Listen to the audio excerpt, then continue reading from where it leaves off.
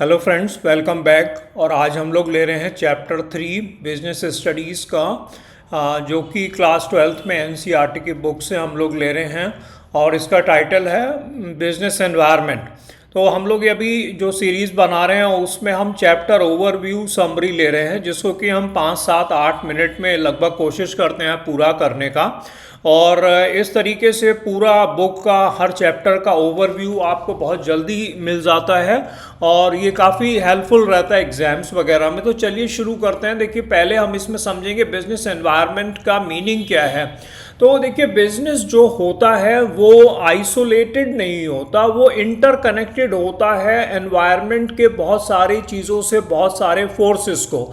तो उसको जो बहुत सारे फोर्सेस हैं उसको हम समझ सकते हैं कि वो इकोनॉमिक फैक्टर्स हो सकते हैं, सोशल, पॉलिटिकल, लीगल, टेक्नोलॉजिकल, इस तरीके के बहुत सारे फैक्टर्स से बिजनेस को इन्फ्लुएंस मिलता है और उस एनवायरनमेंट में बिजनेस काम करती है। तो इस तरीके से आइडिया मिल रहा है हमें बिजनेस एनवायरनमेंट का। अब देखिए, फीचर्स हम समझें तो टोटलिटी ऑफ एक्सटर्नल फोर्सेस है, मतलब कि जितनी भी तरीके के बाहरी फोर्सेस हो सकते हैं अदर देन कंपनी, इंटरनल की अभी इसमें लोग ये नहीं लेके चल रहे हैं। तो उस तरीके के सारे फोर्सेस को हम एक्सटर्नल फोर्सेस बिजनेस एनवायरनमेंट में रख रहे हैं। ये जो बिजनेस एनवायरनमेंट के फोर्सेस हैं ये स्पेसिफिक भी हो सकते हैं और जनरल भी हो सकते हैं। स्पेसिफिक मतलब कि वो कंपनी के लिए पर्टिकुलर हैं, पर कंपनी के लिए स्पेसिफिक है। जैसे किसी भी कंपनी के अपने कंपटीटर्स होंगे, किसी भी कंपनी के अपने सप्लायर्स होंगे, किसी भी कंपनी के अपने कस्टमर्स होंगे। तो ये स्पेसिफिक फोर्सेस हो गए, ये भी बिजनेस पे प्रभाव डालते हैं। जनरल फोर्सेस हो गए कि मतलब वो किसी एक कंपनी पे नहीं, बाकी सारी उस तरीके की कंपनी पे फर्क डालेंगे। जैसे कि इकोनॉमी मींस, मान लीजिए लोगों के पास में पैसा कितना है, तो वो मर्सिडीज को अफोर्ड कर सकते हैं नहीं कर सकते हैं, बीएमडब्ल्यू को कर सकते हैं नहीं कर सकते हैं। इस तरीके की चीज़ें हम यहाँ पर ला रहे हैं जनरल फोर्सेस के अंदर। इंटर रिलेटेडनेस मतलब कि ये जो फोर्सेस होते हैं ये एक दूसरे से कनेक्टेड होते हैं, एक का प्रभाव दूसरे के ऊपर पड़ता है। डायनेमिक नेचर मतलब ये जल्दी जल्दी बदलने वाले होते हैं और एक से नहीं रहेंगे, ये एक समय के बाद में बदलेंगे। तो हमें बिजनेस को भी बदलना पड़ेगा उनके अकॉर्डिंग। अनसर्टेनिटी होती है। देखिए, ये नहीं कह सकते कि अभी क्या होता रहेगा आने वाले समय में। और अभी कुछ समय पहले जैसे इंडिया और पाकिस्तान के बीच में अचानक युद्ध शुरू हो गया, तो वो अनप्रिडिक्टेबल है। बहुत से इस तरीके की चीज़ें हैं। अब टर्की के साथ में रिलेशनशिप अभी हमारे अच्छे नहीं हुए एकदम, उसके हमारे अनसर्टेनिटी है। ओके, देन अनसर्टेनिटी में हम पेंडेमिक की बात कर सकते हैं। देखिए, सबने पेंडेमिक का अभी अनुभव करा, जो कोरोना पेंडेमिक आया था, तो वो अनसर्टन था, किसी को कुछ पता नहीं था उसके बारे में। कॉम्प्लेक्स हैं, इनको समझना इतना आसान नहीं है क्योंकि बहुत सारे फैक्टर्स हैं, एक दूसरे पे प्रभाव डालते हैं, रिलेटिव हैं। ओके, तो ये फीचर्स हो गए बिजनेस एनवायरनमेंट के। इंपॉर्टेंस अगर हम देखें कि हम इसको क्यों स्टडी कर रहे हैं, इनको क्यों समझ रहे हैं, तो एक तो बिजनेस को मैनेज हम करेंगे तो बिजनेस एनवायरनमेंट के अकॉर्डिंग ही करेंगे। हम अपना एनवायरनमेंट समझेंगे तभी हम अपनी बिजनेस को अच्छी तरीके से मैनेज कर पाएंगे। अपॉर्चुनिटीज़ को हम समझ पाएंगे कि आने वाले समय में क्या चीज़ हम अपने बिजनेस में चेंज कर सकते हैं, क्या नया कर सकते हैं। थ्रेट्स क्या हो सकती है, किस चीज़ से हमें परेशानी हो सकती है, ये वाली बात है।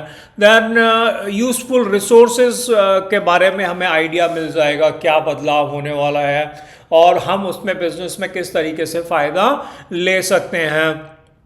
और मार्केट में जो जल्दी जल्दी बदलाव हो रहे हैं उसके लिए भी हम अपने को तैयार कर सकते हैं, अपनी परफॉर्मेंस को इम्प्रूव कर सकते हैं।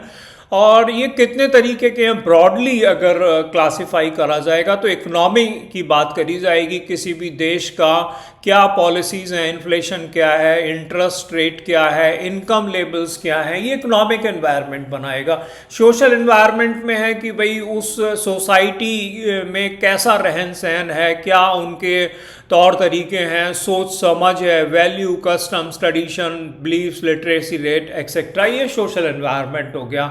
देन टेक्नोलॉजिकल एनवायरनमेंट की अगर हम बात करें तो उस कंट्री का, उस इकोनॉमी का क्या इनोवेशन लेवल है, क्या R&D है, क्या ऑटोमेशन है, ये बात हो गया। ओके, एंड पॉलिटिकल इन्वायरमेंट की हम बात करें तो गवर्नमेंट क्या सोचती है, उसकी क्या आइडियोलॉजी है, क्या उसकी पॉलिसी है, किसके साथ अच्छे रिलेशंस हैं, ये सारी चीज़ें पॉलिटिकल इन्वायरमेंट में आती है।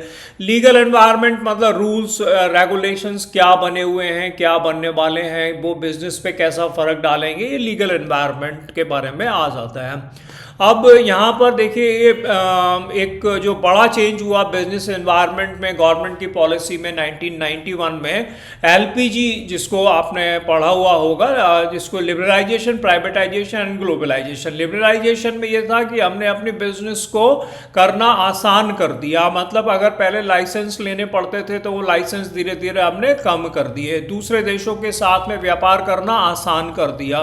प्राइवेटाइजेशन की तरफ हम बढ़ने लगे, पहले पब्लिक सेक्टर का रोल ज़्यादा हुआ करता था, फिर कोशिश करी गई कि प्राइवेट सेक्टर का रोल इम्पॉर्टेंट हो। पहले जैसे बैंक्स, सरकारी बैंक्स ही हुआ करते थे, फिर प्राइवेट बैंक्स आ गए, जैसे HDFC आ गया, ICICI आ गया, कुछ फॉरेन बैंक्स भी आ गए। ऐसे ग्लोबलाइजेशन की बात है, मतलब कि दूसरे कंट्री के साथ में बिजनेस करना संभव हुआ, उसके रूल्स रेगुलेशंस आ गए, WTO आ गया। तो इससे हमारे ऊपर क्या प्रभाव पड़ा इंडियन बिजनेस के ऊपर? एक तो देखिए एलपीजी से कंपटीशन बढ़ गया, कस्टमर्स को बढ़िया प्रोडक्ट मिलने लगे, कस्टमर्स को अवेयरनेस बढ़ गई, नई टेक्नोलॉजी आने लगी और इनोवेशंस होने लगे। मार्केट ओरिएंटेशन का मतलब है कि जो मार्केट को सामान चाहिए, जिस तरीके का नीड्स एंड वांट्स है, अकॉर्डिंगली हम अपना प्रोडक्ट दे रहे हैं। और पब्लिक सेक्टर की जो इम्पोर्टेंस थी वो धीरे धीरे कम होने लगी, वो सीमित रह गया कुछ स्ट्रेटेजिक इश्यूज में, स्ट्रेटेजिक मुद्दों पर। तो ये हमने लगभग 7 मिनट में चैप्टर समरी कर लिया है। बिजनेस एनवायरनमेंट का एक पूरा आइडिया मिल गया आपको, ओवरव्यू मिल गया बहुत ही जल्दी से 7 मिनट में।